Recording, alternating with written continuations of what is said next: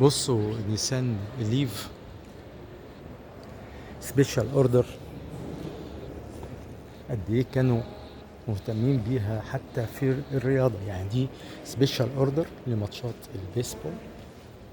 نيسان ليف كهربائية طبعا اهي، واضحة جدا.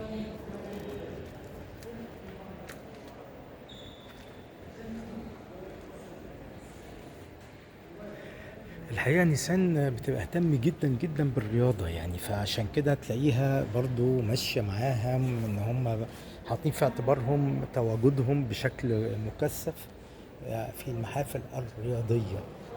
آه، بداية طبعا من الكورة، كان هم رعاة لكأس الأندية الأوروبية، وكمان في باقي أنواع الرياضات المختلفة زي دي دلوقتي أهي في ماتشات البيسبول.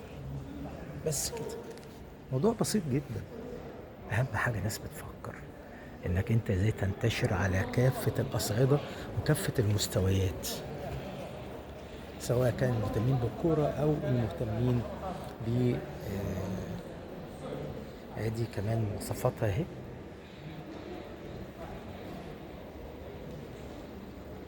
ايوه بالظبط كده.